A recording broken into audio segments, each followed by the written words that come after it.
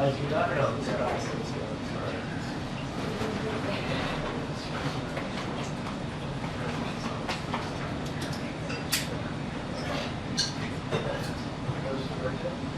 Yeah.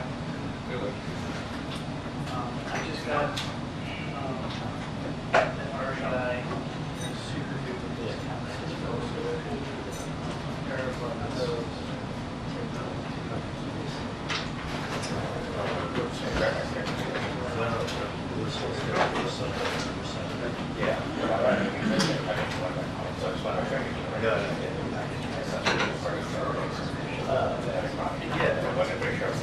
Yeah, exactly. Yeah, no, I get it. Yeah, you and Cindy and the kids.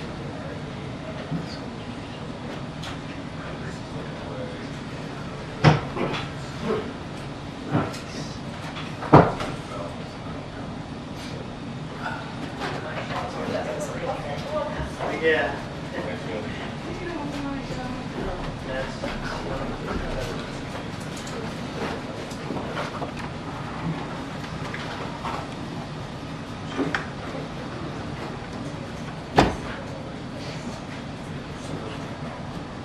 Hey everybody, this is your travel provided in our shop throughout 2024, and I'm the sales bridge, so the briefing gets underway. We can track down once we start.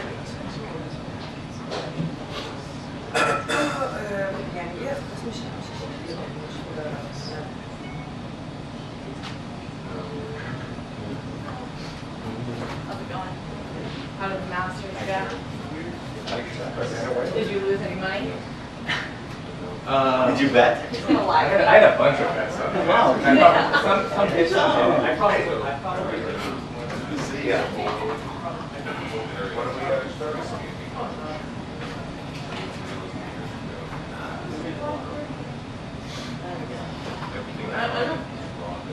Unless it's been changed, yeah. Oh, Maybe it's been yeah, for you.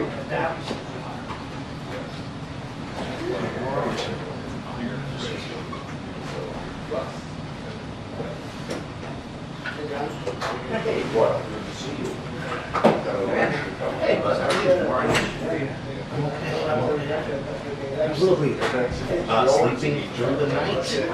I know it's magic. That's huge. Does he know what's happening? We're not on Sunday. He's watching the news with us. Yeah, he's great. And on solid foods, which, as you know, has changed the poops. And it's just like, oh, wait, you are a boots and okay. Yeah, that's a big change. That's a big phase. Yeah, he's amazing. Pro speech, all the good stuff.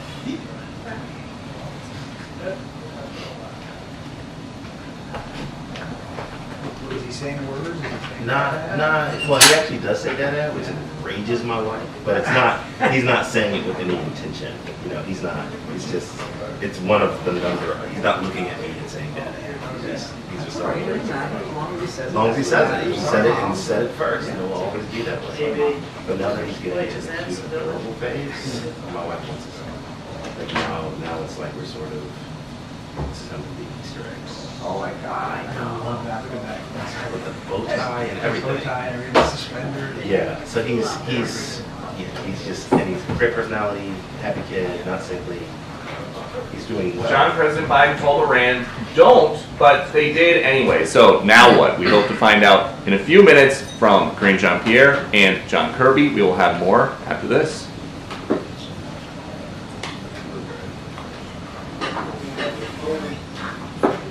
Peter.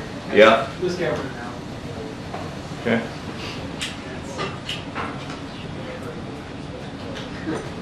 Yeah.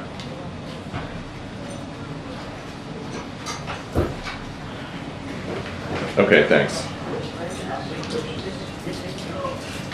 A minute.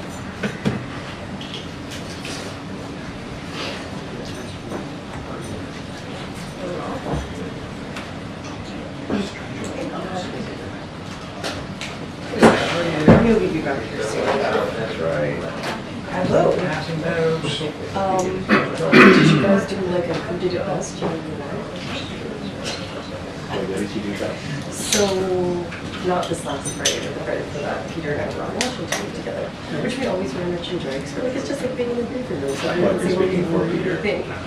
No, it's just, He lost it. this is a joint statement, among second row leaders. But then his last week, so they like, were like, let's get Peter and give us the rest of the pieces.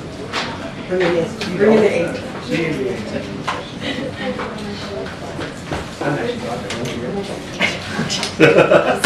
knows she did it better. I don't know. We never watched his product actually. No, I guess it. Whatever my husband says he watches.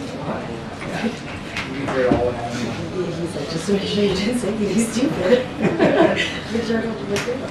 Well, in our case, we know that people hear about it on Twitter and we do, so. Yeah, thank you. Deserves to make some other choice.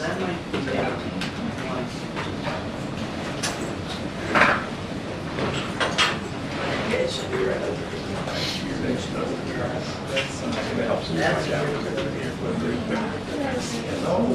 See you. John.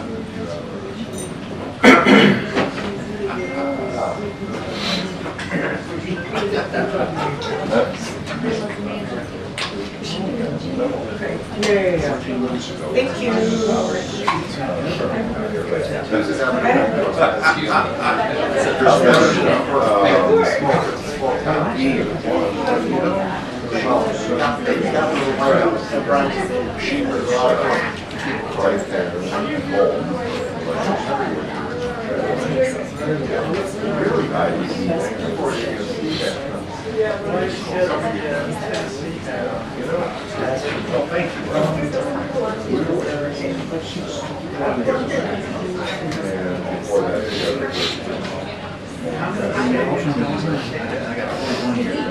Wow, but you're still.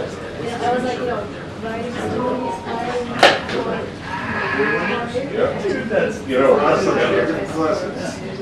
right? We're still. You know, I can still remember. My parents were I'm married, right? The rest of it. That's her That's a big one. That is, it's a marriage.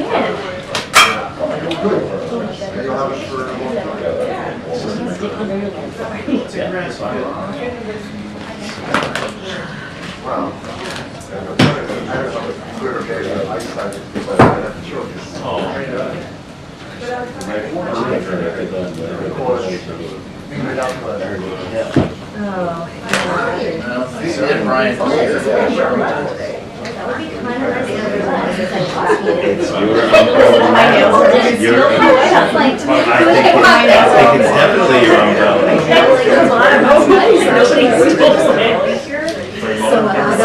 Well,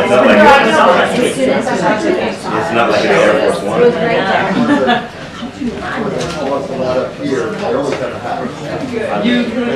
Definitely not saying I'm freaking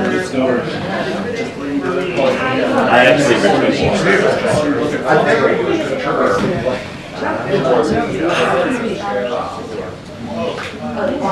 Chalice.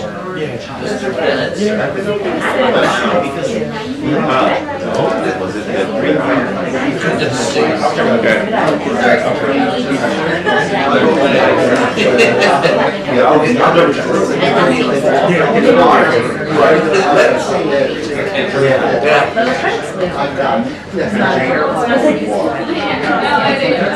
He wants some, John, as he continues kind of trying to have it both ways, where he is putting it down publicly that the United States will not support a counterstrike that Israel makes against Iran if that is part of their plans, but that the U.S. will support Israel's defense when they are targeted.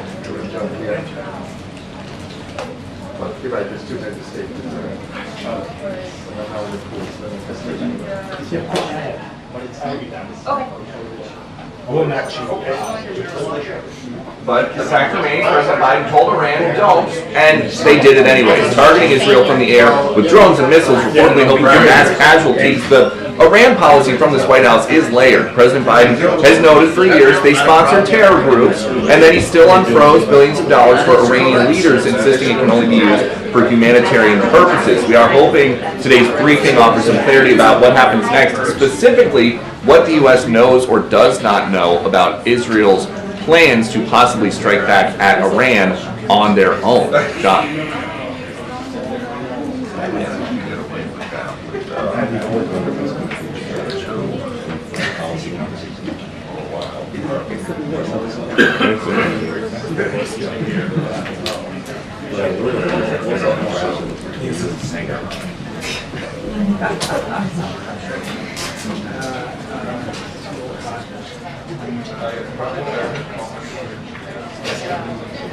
After we get past my achy back.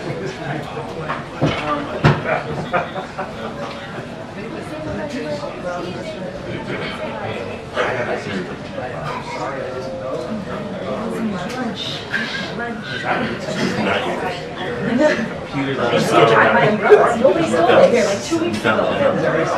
It says Air Force One on it. Nobody stole it.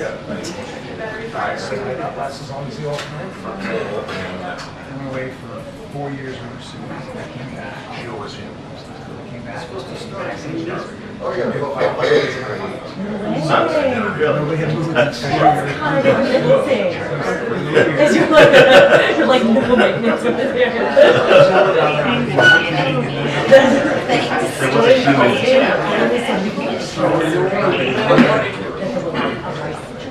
I'm just going to have them go home. yeah, that happened too. We had went through it. Oh, that's good. I emptied mine and they came back. I dumped it like this in the crackers. It's just like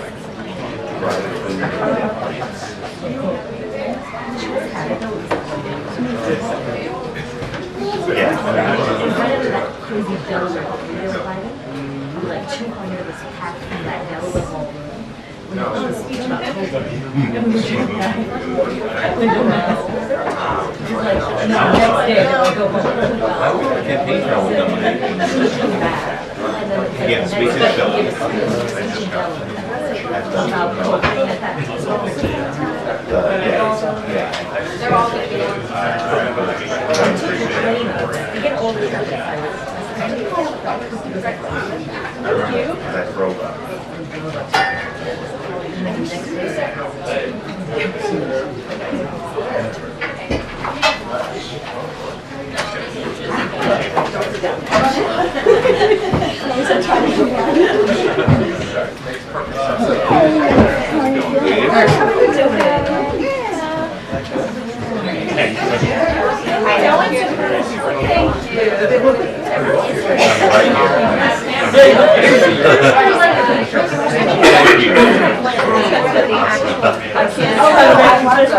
Someone knows.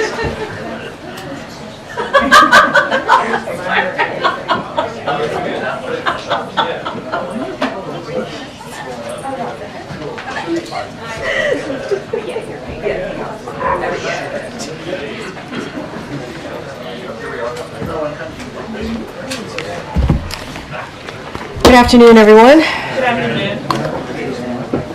So I just have something really quick at the top. Is the mics are always funky. Is it funky? No? Oh, okay. Let's get going. With all seriousness, though, it was obviously a very busy weekend at the White House. The president spent hours in the Situation Room closely monitoring the latest developments in the Middle East with his national security team. He was engaged in extensive diplomacy, speaking with Israeli Prime Minister on Saturday night and convening a call with G7 leaders on Sunday morning. The president also organized a joint statement with the G7 that strongly condemned Iran's brazen and unprecedented attack. Today, the president received an updated briefing from his national security team, and as you all know, met with the leaders of Iraq and will meet with the leaders of the Czech Republic later this afternoon. With that, we have my NSC colleague, Admiral John Kirby, who's here to do a much deeper dive and also take your questions on the Middle East. Somebody's due something. Good afternoon.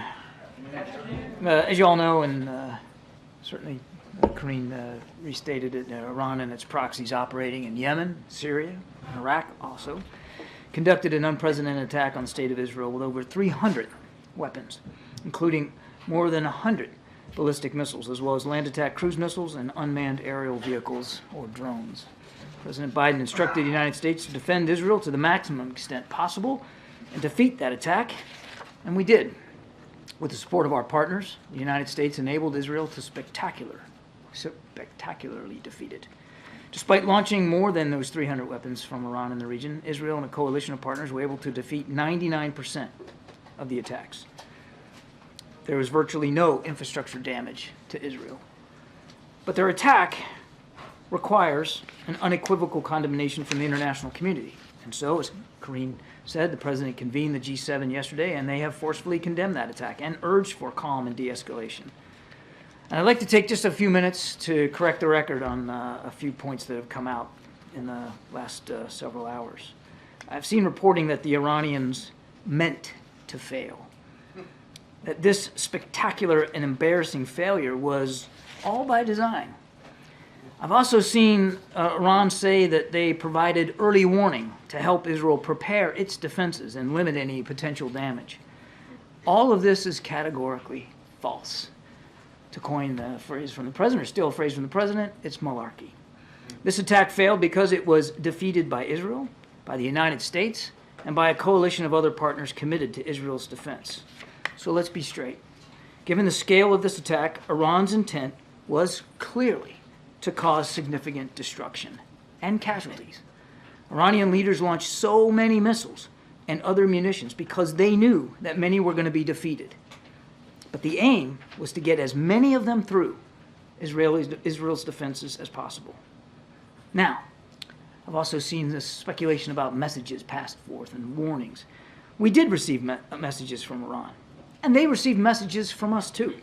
But there was never any message to us or to anyone else on the time frame, the targets, or the type of response. In fact, before yesterday, it was presumed that 100 ballistic missiles might overwhelm even the best defensive systems. That was Iran's intent, and as you all saw for yourself, it didn't work.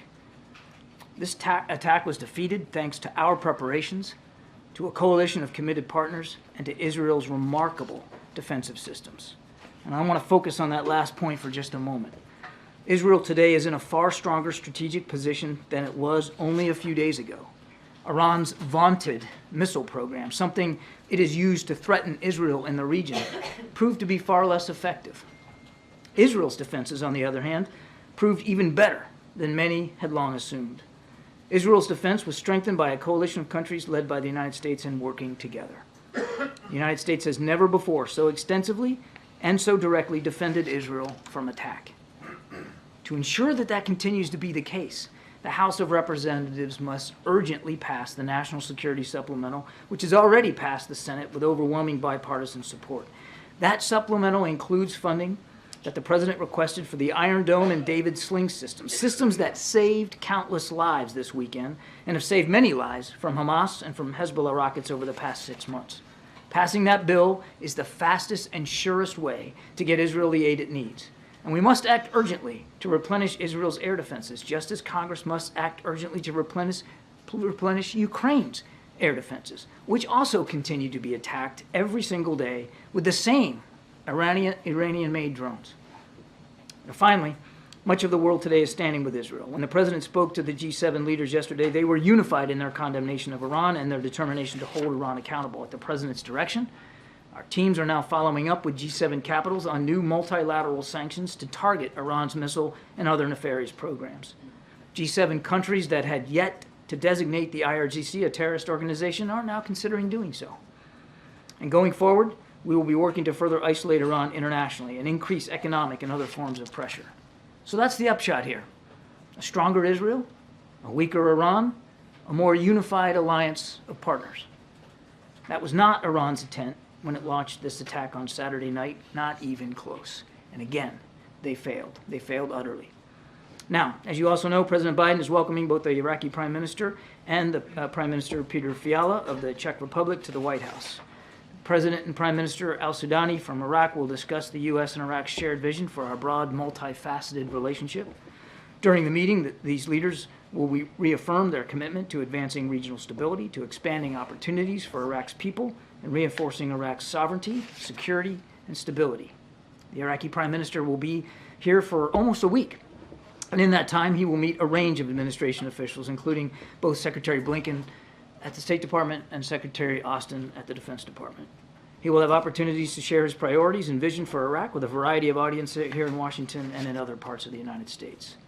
Now, of course, the President will be taking the opportunity to discuss how we will continue to work with Prime Minister Sudani to diffuse regional tensions and to prevent Iraq from being drawn into conflict. Iraq, the President firmly believes, is central to the region's stability. And then later, as Karine previewed, he'll have a chance to meet with Prime Minister Fiala to celebrate the 25th anniversary of the Czech Republic as a NATO ally. Over the past 25 years, our alliance has grown stronger, and the relationship between our two countries have grown even closer as we've deepened defense cooperation, including through the Czech Republic's purchase of 24 F-35 fighters earlier this year. The President will congratulate the Prime Minister on legislation that Czechia recently passed, requiring it to spend at least 2% of its GDP on defense, which, as you know, is the NATO goal. The leaders will also discuss their strong support for Ukraine, and the President will thank the Prime Minister for leading an effort to help secure nearly 1 million rounds of ammunition for Ukraine. And one more thing, if you'll just bear with me, I'm almost done. Today marks the one-year conflict in Sudan. Since fighting erupted a year ago, civilians have been forced to bear the brunt of this senseless conflict. Thousands have been killed and wounded. Women and girls have been kidnapped and assaulted. Hundreds of thousands of families have been displaced. Communities and livelihoods have been utterly destroyed. And famine now is threatening to take hold. That's why the United States continues to commit resources to create conditions for a potential peace process, to hold accountable actors who are seeking to sow more violence, and to assure that humanitarian assistance reaches the civilians who urgently need it.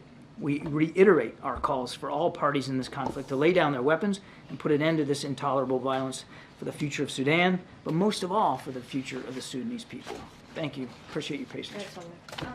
Israel's military chief just said, quote, there will be a response to the attack from Iran. So does the U.S. have any indication of what those next steps are from Israel? We will let the Israelis speak to that. Does the U.S. expect to be consulted in advance of them taking any next steps? I won't get into our diplomatic conversations or expectations. The Israeli government will determine for themselves if there's going to be a response and what that response is going to look like. And are you able to discuss the specific roles played by other members of the regional coalition from over the weekend, specifically Jordan and Saudi Arabia, whether they helped shoot down missiles or what other actions they may have done? No, I think we'll let other members of the coalition speak for themselves. John, Israel is reportedly looking at options that would send a message to Iran but not cause casualties. Is the administration presenting alternatives to Netanyahu? This is an Israeli decision to make, whether and how they'll respond to what Iran did on Saturday, and we're going to leave it squarely with them. Their decision to make, but are you making suggestions? We are not involved in their decision-making process about a potential response. And just, is the president, does he have any plans to speak to Netanyahu again? I don't have anything on the calendar to speak to, but look, I mean, they've spoken frequently over the last 6 months. They will absolutely speak again at the appropriate time. Thank you, Karine. John, just one day before the attack, President Biden issued a warning to Iran, don't, and now the U.S. is not taking any part in an Israeli reprisal. So does that signal to Iran that it can defy the U.S. without facing any consequences? I don't know, man. If I'm sitting in Tehran and I'm taking a look at what just happened on Saturday night, I don't think I'd be betting that the United States is not willing to get engaged here and help defend Israel. I mean, you had American fighter pilots in the air, in combat operations, shooting down drones and missiles that were heading towards Israel, as well as U.S. Navy destroyers at sea, knocking them down from there. So the message should be very clear to anybody. When the president says we're going to take our commitments to the region seriously, when we're going to help Israel defend itself, we got skin in the game and we proved that. I understand what you're saying about deterrence, but what about consequences? As I just said, and Karine also led in, he had a conversation with G7 leaders. He'll be engaging with other allies and partners. We have seen swift condemnations about what Iran did from the international community, and we're going to be working with international partners to work up options to hold Iran appropriately accountable. And then just on the logistics of this, with roughly 300 drones and missiles shot down, can you talk about how you will assess the debris fields and the shrapnel and how much that impacted people on the ground? We're not going to be doing any kind of an assessment of the impact on the ground. The Israeli Defense Forces and Israeli officials have already been out and about looking at the impact on the ground. There were very few missiles that got through, and the only damage that was done, it was very minor damage to one airbase in Israel that did not even put that airbase out of commission. The Israelis have already spoken to this. I believe they've already released imagery of some of the things they found on the ground. Sadly, a young girl, an innocent civilian, less than 10 years old, was severely wounded. That was the only casualty that we're aware of. Thank you, John. Thank you. John, a couple of questions on Iran and then on Iraq on the Prime Minister visit. You just said that the White House was not informed of the timing of the Iranian attack on Israel. But the President told us that the attack is going to be sooner than later, and almost a day after the attack happened. So just can you explain this one? I never said we didn't have an idea. I never said we didn't have information that we could act on and speak to our Israeli counterparts about. What I said was, Iran never delivered a message giving us the time and the targets. No timing. I mean, I want to be clear. This whole narrative out there that Iran passed us a message with what they were going to do is ridiculous. Do you believe that Iranian nuclear sites is a legitimate target? I'm not going to get into targeting discussions here from the podium.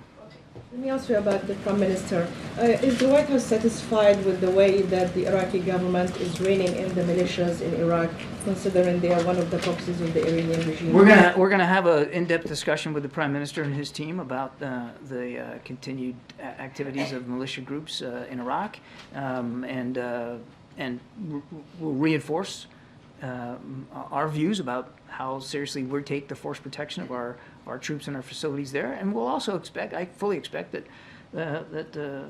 we'll talk with the Prime Minister about the counter-ISIS mission in Iraq and its potential future. And finally, just when he said in the spirit of partnership, we disagree with the United States, and he mentioned something like we need a new system for international law, to respect international law, international humanitarian law, protection of civilians, and diplomatic missions. So he's hinting at the Israeli attack in Damascus. He's also hinting about not doing enough to respect international law. Is this a point of disagreement between you and the Iraqi government? You'll have to talk to the Prime Minister about what he meant by those comments. Iraq is a key partner, one we really value. We wouldn't be having this meeting today. He wouldn't be having meetings this week if it wasn't an important relationship. As I said, the President believes that Iraq is critical to regional stability. Thanks, Karine. Thanks, Admiral. You said just now that Iran's attack was a spectacular and embarrassing failure. Does the President believe that Israel should now take this as a win and show restraint? I know where the context of the question's coming in. During his conversation with the Prime Minister on Saturday night, first of all, he congratulated the Prime Minister for the exceptional effort by the Israeli Defense Forces and, of course, commended, as you would expect the Commander-in-Chief to do, the participation of U.S. forces in this coalition and the great work that was done. I mean, it's easy. I was looking at some of the video before I came out here that's running on some of your networks, and it's easy to look at that like it's some kind of a computer game, right? And it looks so simple. Things getting knocked out of the sky. Let me tell you something, it's not simple. It's hard. And a lot of planning and preparation had to go into that, a lot of coordination. And the President talked to the Prime Minister about that. He also noted that this was an extraordinary success, a military success, and that success alone, just for itself, speaks volumes about Israel standing in the region, that they don't stand alone, that a coalition came to help them defend themselves. It also says a lot about Israel's military superiority, and it says just as much about Iran's military inferiority when it came to this particular set of attacks. And the President urged the Prime Minister to think about what that success says all by itself to the rest of the region. In terms of thinking about, think about restraint, about, that maybe this should not go further, that further. All I'll say is the president, from the beginning of this conflict on October 7th, has been steadfast and consistent. We don't want to see a war with Iran.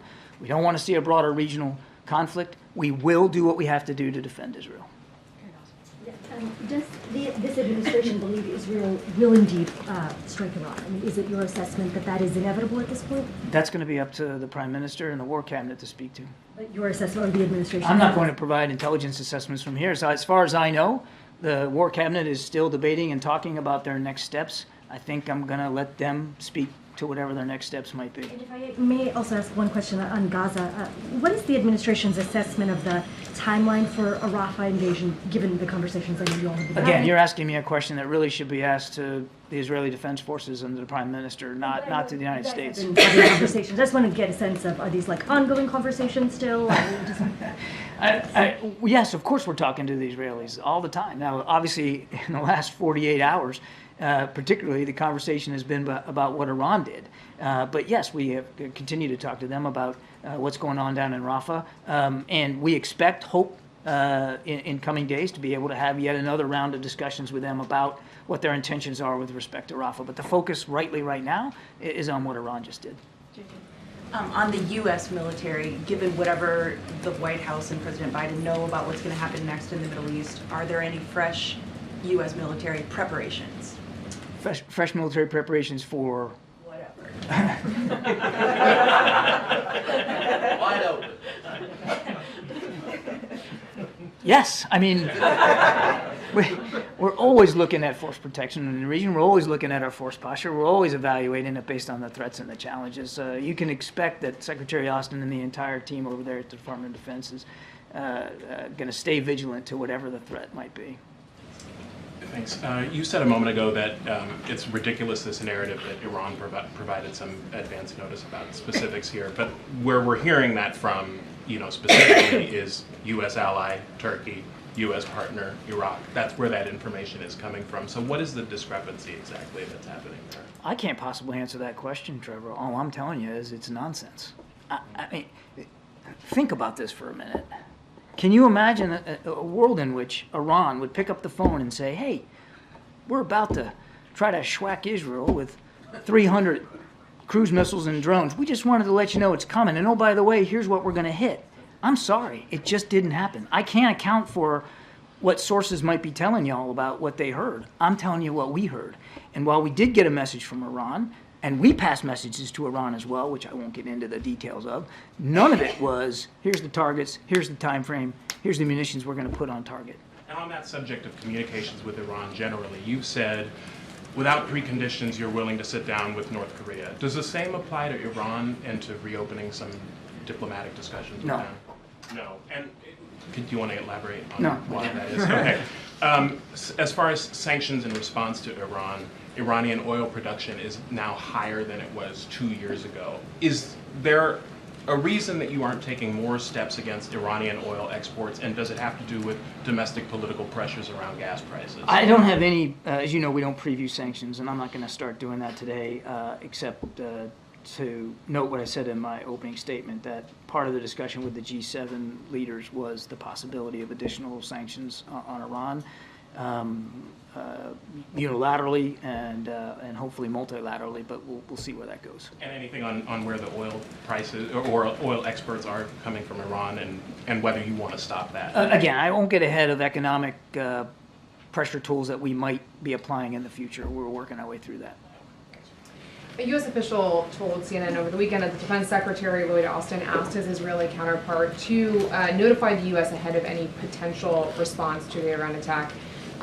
Is there confidence that Israel will provide that advance notification to the U.S.? I'll just tell you that we are and will remain in very close contact with our Israeli counterparts. So do you expect to get an advance notification? We will stay in close contact with our Israeli counterparts. On the hostage talks, Hamas rejected the latest proposal. The U.S. has said that Hamas has rejected the deal. But do you think Israel needs to allow Gazans to return home unrestricted, and should the IDF pull back so they can do that? First of all, we don't consider it a dead letter. As far as we're concerned, there's a viable proposal on the table, and Hamas ought to take it. And we're not letting up on the idea of negotiating for a hostage deal so we can get a ceasefire, so we can get more aid in. But that's still very much an active football in our heads. And as for movement north, what we've talked to the Israelis about is you got 1.5 million people that are seeking refuge down in Rafah. It's by far the largest concentration of Palestinians in Gaza. They need to be accounted for. Whatever kind of military operation they're thinking about doing in Rafah or anywhere else, to your point about moving north, they have to provide safe venues for them to do that. They have to provide food, water, medicine, shelter. All that has to be baked into whatever future military operations happen on the ground in Gaza. That does sound, though, like you're saying that Israel should consider allowing Gazans to move up north, which has been a sticking point in those hostages. We want to see them account for the future safety and security of the more than 1 million refugees that are now taking refuge down near Rafah, with whatever baked into whatever military plans they might have for operations on the ground. On the ceasefire negotiations, a U.S. official said yesterday that the latest proposal included almost everything that Hamas had asked for. And so how is it that the negotiations aren't at a standstill at this point? Is the U.S. planning another counter proposal? I don't know of a new proposal. There is a very good proposal on the table that CIA Director Bill Burns helped negotiate in Cairo a week or so ago, that the Israelis were able to get behind. And now it's time for Hamas to step up and take that deal. It will allow for dozens of the hostages, the most at-risk pool of them, to get out, and it'll allow for about 6 weeks of a ceasefire so we can get some calm and we can increase humanitarian assistance. There's a deal on the table. That's what Hamas needs to take. And when the president spoke yesterday to congressional leaders, did he receive any sort of a commitment from House Speaker Mike Johnson to bring the bipartisan national security supplemental bill to the House floor this week? I'll let the Speaker speak to whatever his plans might be. Certainly, we heard from Leader McConnell and from Leader Jeffries about the importance of passing this supplemental and getting it on its way. And as I said in my opening statement, the fastest way, I mean, you got two good friends here, Israel and Ukraine, that very different fights to be sure, but active fights for their sovereignty and for their safety and security. And time is not on anyone's side here in either case. So they need to move quickly on this. And the best way to get that aid into the hands of the IDF and into the hands of the Ukrainian soldiers is to pass that bipartisan bill that the Senate passed. I understand that that's your preference, the bipartisan bill that the Senate passed, but is the White House opposed to an approach that takes the issues separately? We are opposed to a standalone bill that would just work on Israel, as we've seen proposed. We would oppose a standalone bill, yes. Admiral, I know you said it was Israel's decision, but to ask it bluntly, if Israel retaliates against Iran, will the U.S. support that? To answer bluntly, I'm not going to get into hypotheticals. We don't want to see a war with Ukraine. We don't want to see a wider conflict. As the President said to the Prime Minister on Saturday night, we will continue to do what we have to do to help Israel defend itself. But you're asking me to get ahead of, as far as I know, a decision that the War Cabinet hasn't even made. But if it were to happen, it's a terrific hypothetical, Gabe, that I'm just not going to entertain. Thanks. John, has President Biden considered maybe beefing up the public Iran posture to be more than just one word? You're referring to don't. Yeah. And so let's talk about... And they did it anyway. And let's talk about what we did, Peter. Let's talk about don't and did. Let's talk about Saturday night.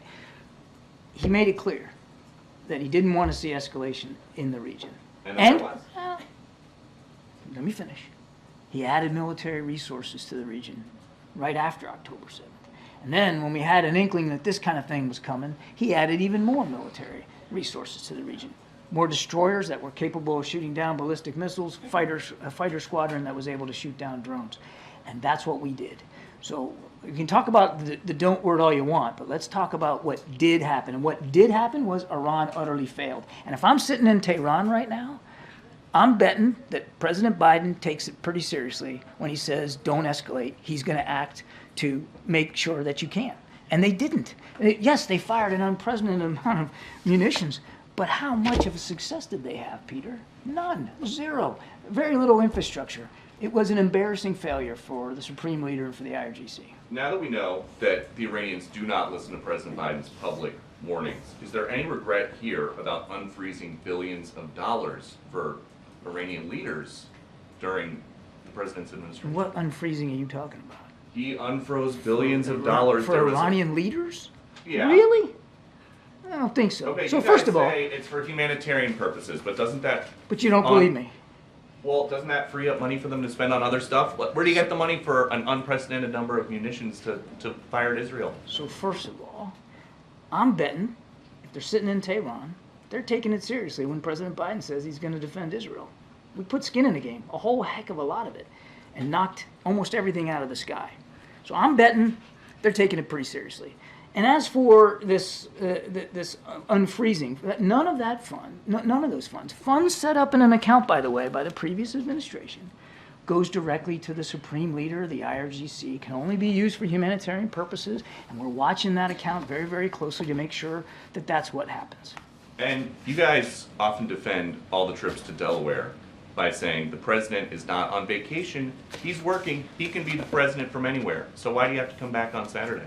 Well, we got indications shortly after arriving. We got better, firmer intelligence and information about the specific timing of what we expected to be this Iranian attack, and the president didn't bat an eye before getting back on that helicopter and coming back. And he was here all Saturday night in the Situation Room from mid-afternoon till late at night, getting real-time updates from General Kurilla and from his defense team all throughout the night, including calling Prime Minister Netanyahu right from the Situation Room. And as Karine mentioned, on Sunday, he was right back at it again, working the G7, calling King Abdullah. I don't know what else to tell you. He had a very busy, full weekend. John, on Iran, what is the current thinking on whether Iran's Revolutionary Guard should be designated as a terrorist organization? We already have. And then, just do you have any update on getting additional humanitarian aid to the people of Gaza? You'd said last week that you had 300 trucks on Wednesday. And were the weekends events forgive me, I don't know if Karine might have already briefed this out to you guys, but over the last week or so, more than 2,000 trucks have gotten in. And even throughout the course of the weekend, as Israel was dealing with a quite daunting attack by Iran, they were still able to get some trucks into Gaza. So in these early days after the previous phone call with Prime Minister Netanyahu, where the president talked about the need to increase humanitarian assistance, we have seen Israel take steps to do exactly that. Now, as we've also said, it's still not enough. The need is dire. And what we're going to be doing is watching for sustained commitment to doing that over time. But thus far, there has been an increase in humanitarian assistance. Just on the timing of any type of warning. So are you saying Iran never told a U.S. partner, Switzerland, Oman, any of them, Turkey, Iraq, never gave them any information about the attack they were preparing to launch, and that information never reached the U.S.? The United States had no messages from Iran or from anybody else, as I said in my opening statement, that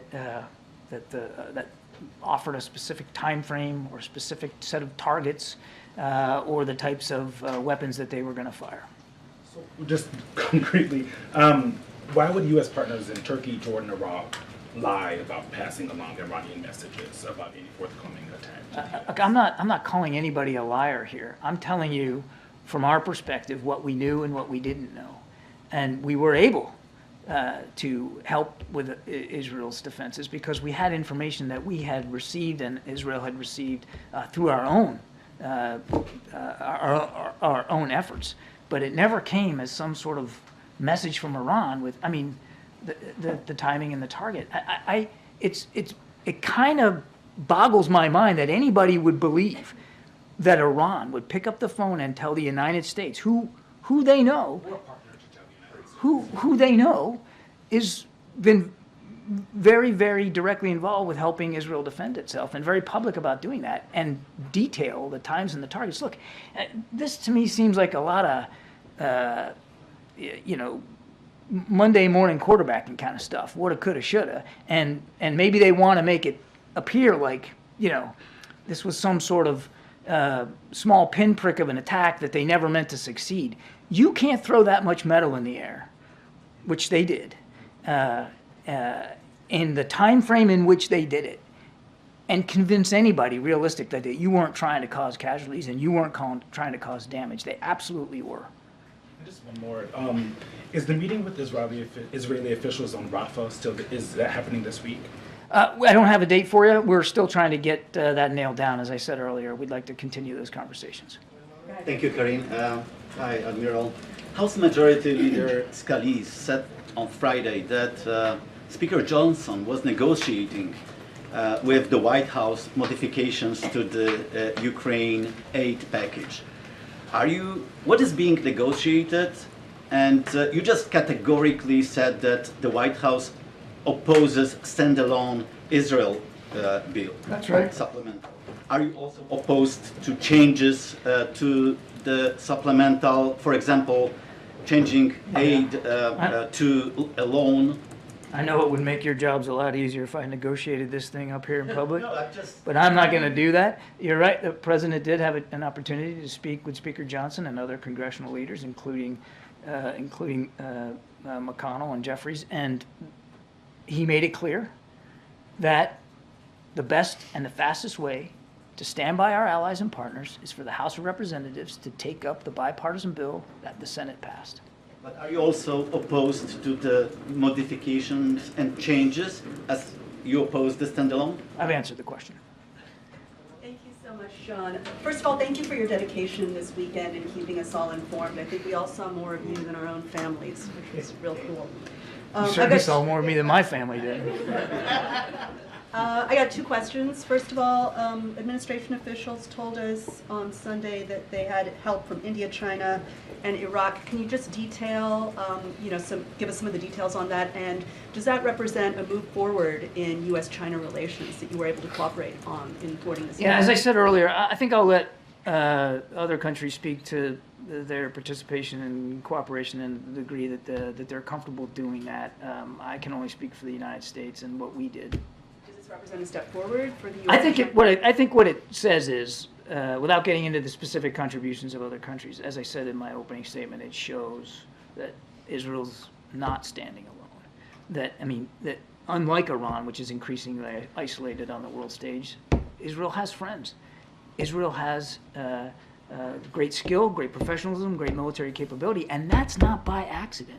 All of that comes from the support that they get, particularly from the United States, but other countries as well. If the U.S. can and allies can help shoot down Iranian drones over Israel, why can't they do the same over Ukraine? Yeah, I knew this question was coming too. Look, different conflicts, different airspace, different threat picture. And the president has been clear since the beginning of the conflict in Ukraine. The United States is not going to be involved in that conflict in a combat role, and we haven't. We have been providing Ukraine the tools that they need to help defend their airspace, and unfortunately, we can't do that right now because we don't have that national security supplemental funding that they so desperately need. The Syrian Christians are the indigenous people of Iraq. And before liberation, they had about 2.5 million, and they're down to nearly 200,000. And just last month, the Iraqi Supreme Court removed all of their, we had 5 seats in the Kurdish parliament for many decades, and those were removed. Has that come up in any of the discussions? I'll take the question. Thank you, Karine. And thank you, John, for all you did over the weekend. I have 2 questions. First, you mentioned the shipping of aid to Gaza from Israel. Do we have a U.S. consular official at the border who is confirming that the aid actually gets there? I'm not aware of a consular presence at the border, but we're in, as I said, constant touch with our Israeli counterparts. We also have David Satterfield, who is the president's special envoy for that exact purpose. And he's like Waldo. He's all over the place, constantly up and down. Making sure that stuff is getting in and keeping the president and the whole team fully informed. My other question, is that given the recent developments with Iran, is the U.S. going to step up its contacts with the opposition to the current regime in Tehran? And I mean specifically exile groups in the United States, plus on the ground, the Baluchi, Azeri, the Kurds, and the Sunni, who are in opposition to the regime. I don't know of any such efforts in the wake of the attacks. All right, couple more, way in the back. Thank you, John. Why is the U.S. not going to participate in a counteroffensive? Again, I think I've answered this question.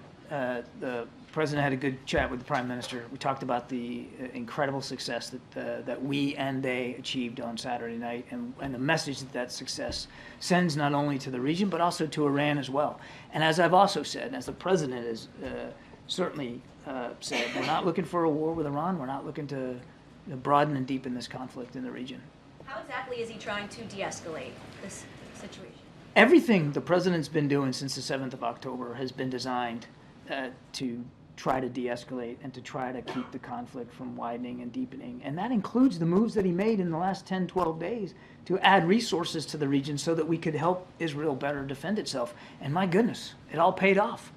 I mean, instead of having 100 ballistic missiles land inside of Israel and cause untold damage to infrastructure and to human lives, none of that occurred. And the reason none of it occurred was because the president was ahead of the problem set.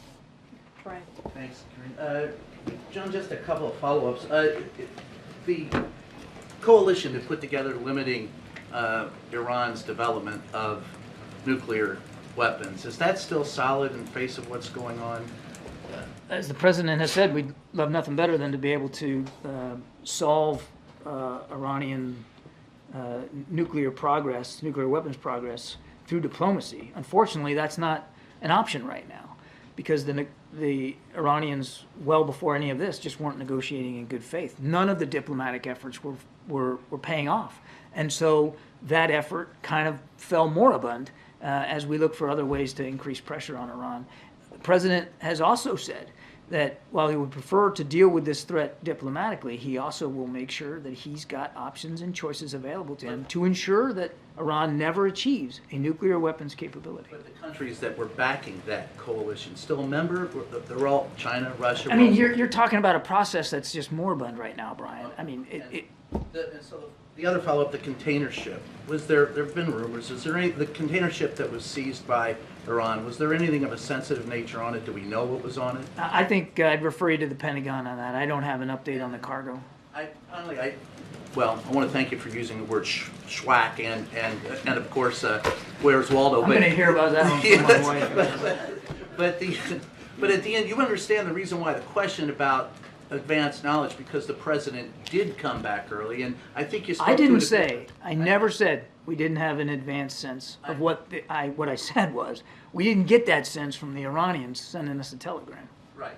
But as Peter asked, I believe, we were told, not specifics, but that something was going to occur. No. It's not about being told. I think you all understand. We have lots of tools and vehicles through intelligence and other information methods to glean a picture of what an adversary may or may not do. Now, sometimes it's right. Sometimes it's not 100% right. We had a good sense of what Iran was planning to do, and we achieved that level of situational awareness on our own and working with our Israeli counterparts. The notion, the idea that Iran sent us an email or picked up the phone and told us what they were planning to do is just ludicrous. It didn't happen. I don't know how else to be more clear about it. Thank you, John, and happy tax day. Two for you here. There's been reporting that... She's right. Is that right? You're right. Okay.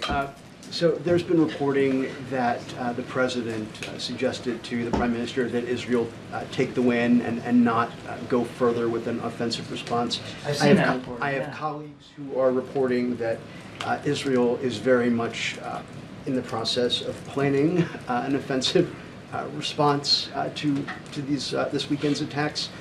Given the political situation in Israel, Prime Minister Netanyahu's coalition, some of which is a bit extreme, and his own situation. Does the president have faith that the prime minister will not escalate this situation out of his own political interests as opposed to genuine Israeli security interests? And then I have an unrelated one.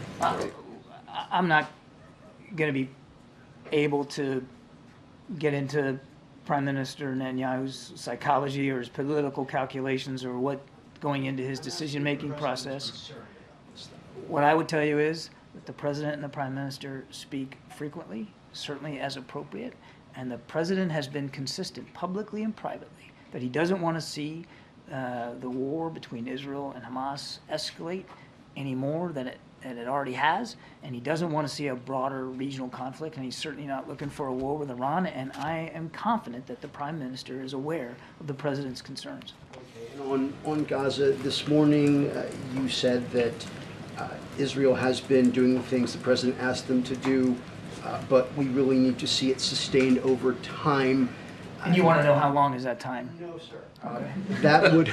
That would imply that you didn't want to call it an ultimatum, but the conditions that the president laid out in his prior phone call with the prime minister that about the aid workers, the conditions on the ground for humanitarian workers and aid getting into Gaza, that needed to change, or there could be changes in U.S. policy towards Gaza.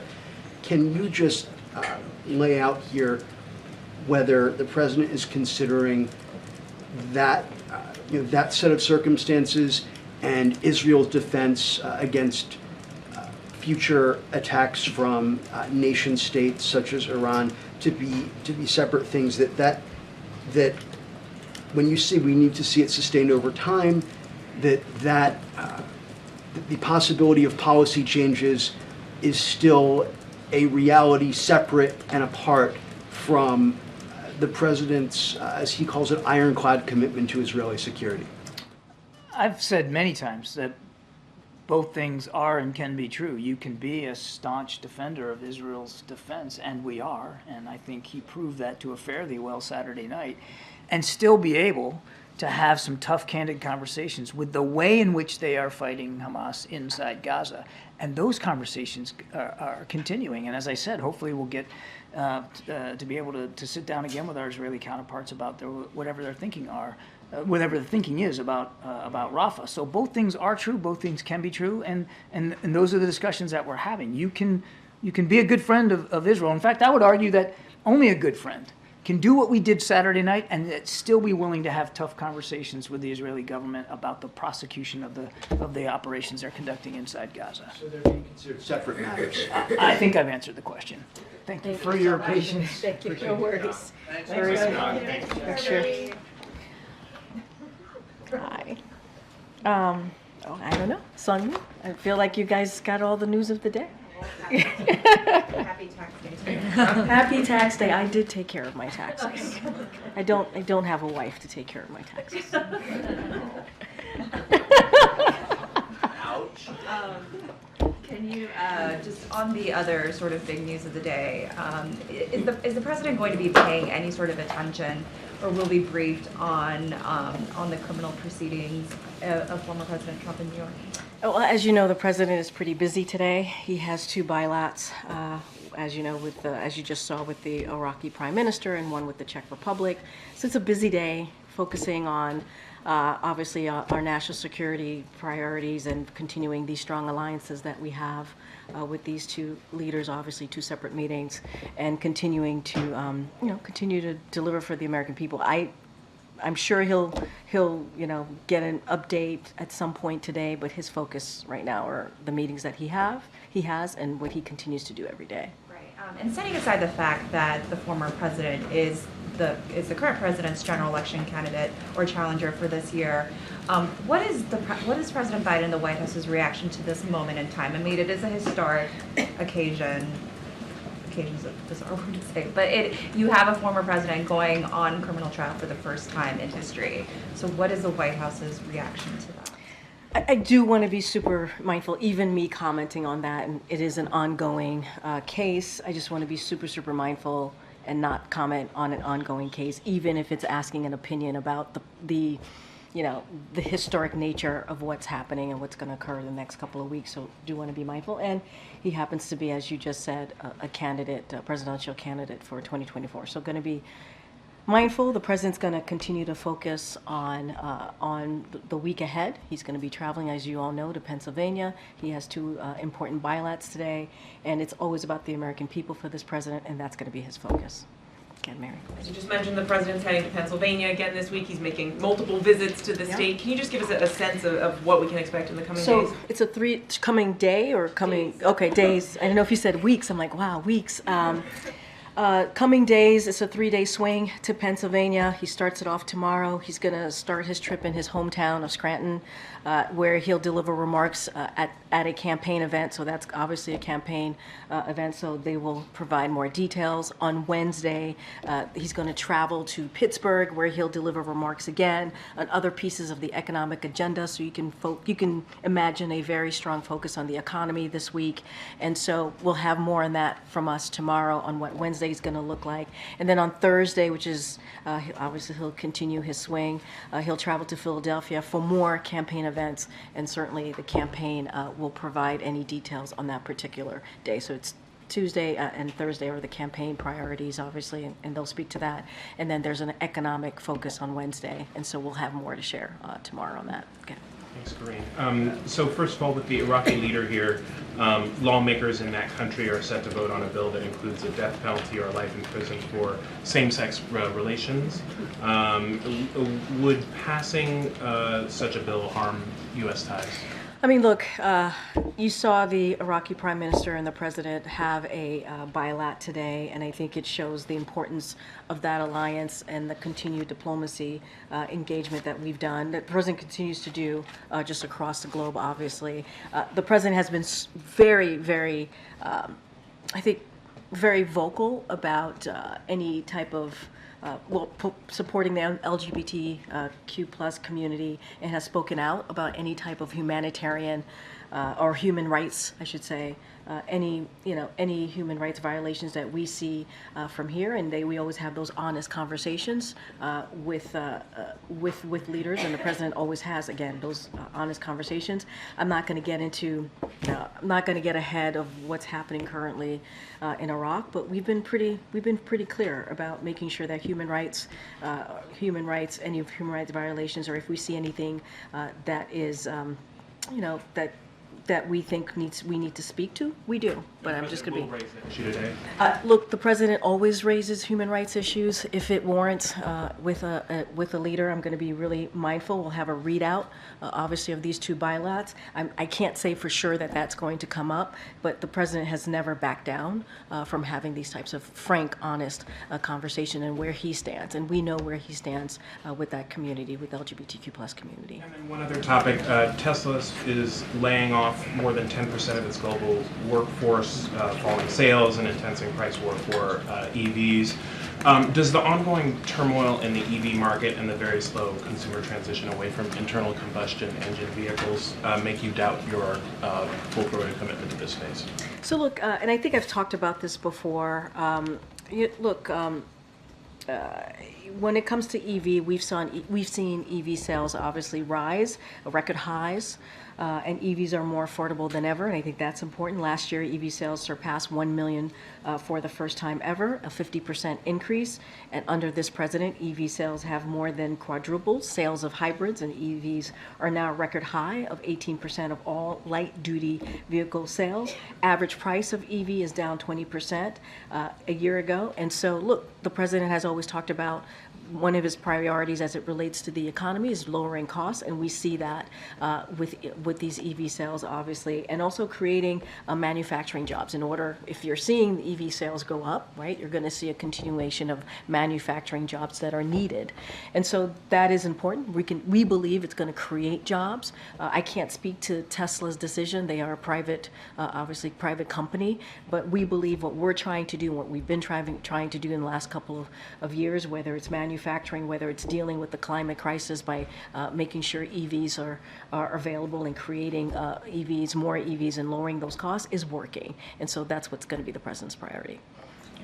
House Speaker Mike Johnson has said that he'll move forward with a vote on additional Israel aid. If Congress were to pass additional aid for Israel and only that, will President Biden reject it? So we've been very clear, my colleagues from here just moments ago, that we will not accept a standalone. A standalone would actually not help Israel and Ukraine. It would actually delay the needs that the needed aid that they obviously need to fight. You see what's happening in Ukraine. Obviously, the brave people of Ukraine are fighting against a tyrant. We need to make sure that they have the assistance that they need. We saw what happened in Israel just over the weekend, and the leadership that this president has shown. It would actually not help them if we do a standalone, and we do not support a standalone. What we want to see is that bipartisan national security supplemental that passed overwhelmingly 70-29 in the Senate, and we believe if the Speaker were to put that on the floor, it would pass overwhelmingly. And so that's what we want to see. The President made clear in that conversation that he had just yesterday with Leader Schumer, Leader Jeffries, and the Speaker. He was very clear about that. The Speaker needs to move forward on the national security supplemental, which we believe would get overwhelming bipartisan support. That's what we want. That's what we have to see. A standalone, we do not support. Did the president think that conversation moved the needle at all? I mean, this supplemental has been at a standstill in Congress. So in that conversation with House Speaker Mike Johnson, did he receive any sort of commitment that these two would move together? I mean, look, you heard from Leader Schumer, you heard from Leader Jeffries. They called on the Speaker to move forward. We saw what happened over the weekend. We see what happens every day in Ukraine, every day. And if they want to move quickly, if they want to do this in an easy way, if the Speaker wants to do this the easiest way possible, the fastest way possible, there is a national security supplemental that is waiting, that is ready to be put on the floor. We know it would get bipartisan support. We know this. We've heard from Republicans. We know where Democrats stand, and so they have to they got to put this on the floor. The Speaker has to move quickly. On another topic, the Baltimore Bridge crash is now under federal criminal investigation. Has the president been briefed on that, and has he been in touch with anyone in the Maryland delegation? So what I will say is the president is regularly updated on what's happening in Baltimore. Obviously, the port, moving forward with that is really important, getting the bridge back up. As you know, the Department of Transportation in the early days announced $60 million to help in that effort. We're going to continue to talk with the Maryland delegation on what they need and how much this is going to cost to get that going. But the president does get regularly updated. There's investigation happening, as you just stated. I'm not going to I'm not going to comment to that. I'm going to let that independent investigation move forward. Okay. Thank you, Karine. Earlier this month, did President Biden tell Xi Jinping to stop supporting Russia's assault on Ukraine? Look, I'm not going to get into diplomatic conversations. We had a readout of that call that he had about 10 days ago with President Xi. It was an important call. It was a continuation of their summit that they had in San Francisco a couple of months ago. And so I'm just not going to get ahead of or go into details about private conversation. I think the president and we have been very clear. Okay, so the U.S. has announced some sanctions and an executive order to address the support that China has given Russia in those months between the summit and now, but also said we are prepared to take further steps. So is the administration going to do more to deter Beijing? So look, the president is certainly he's going to continue to underscore the concerns, right, that he has to China, while also reiterating our readiness to conduct diplomacy with North Korea, right? That's a part of this too, and our determination to take steps to deter further provocations by the DPRK, obviously, and also, so we're always going to be very clear about that. You spoke about the executive action. I'm just going to be super careful about what was said between the two leaders. We did a readout, and we've been always very clear to speak very directly about our concerns and underscore our concerns to China. But just to be clear, it came up. Look, I'm just going to be really careful. You have the readout. I'm going to leave the readout speak for itself. Thank you. Yeah, Jared. Is the White House satisfied with the FISA renewal bill that passed the House and is headed to the Senate? Look, I think it's important that it moved out of the House and now it's going to go to the Senate. And we've talked about that. There was a deadline, as you know, and we got to get going with the FISA. It's really important to get that done. Some of the changes that the White House is okay with, the reforms? Look, I think we're satisfied that it is moving. It's going to go to the Senate. We'll see what happens there. But it is, you've heard from us. You heard from even National Security Advisor Jake Sullivan, who talked about that the last time he was at the podium. It's important to our national security that we move forward with FISA. Now it's in the Senate. Yeah, thanks, Karine. We're asking about gas prices. They've been going up over the last month, 20 cents a gallon. Is the president considering any new actions like releasing more oil from the Strategic Petroleum Reserve? So I don't have any new actions to read out. I will note that gas prices remain well below their peak back in 2022. I think that's important. And the average gas price right now is cheaper than this time last year. And that's because of what this president has been doing over the last 3 years, including the SPR. Look, let's not forget, jobs are up, wages are up, clean energy manufacturing is up. All of these things are incredibly important because of this president's historic investment that he has made. But I think it's important to note that it remains well below the 2022 peak, pardon. But it's only 3 cents lower than a year ago. It's up 52% from when President Biden came into office. Any then talk about changes in policy to encourage future investment in oil and gas industry? So look, the president's committed to lowering cost. He is. That is something that you see at the center of every economic policy. When you hear him giving remarks, he's talking about lowering costs. He understands how the American people are still being squeezed. And so the reason that it remains below 2022, the gas prices, as you're asking me, is because of the historic investment that this president has made. So of course, we're going to continue to monitor and do everything that we can to answer those questions by the American people. What else can we do to lower cost? But it is important that it is cheaper. It is cheaper to get gas than it was a year ago, and that's because of what this president has been doing, because of the historic investment that he's taken. Thanks, Karine. Is there, follow up on that, is there any indication that when the president asked for the richest Americans to pay their fair share, that inflation and the rise in gas prices are linked to that request? Say that one more time. Do you think that the rise in prices of gas and inflation, which is still rising, is linked to the president's request that the richest Americans pay their fair share? Look, here's what I will say.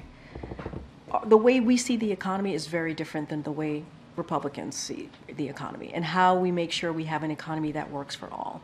Making sure that the wealthiest among us, the billionaires and corporations, pay their fair share, we believe is the way to go here, not putting that burden on everyday Americans.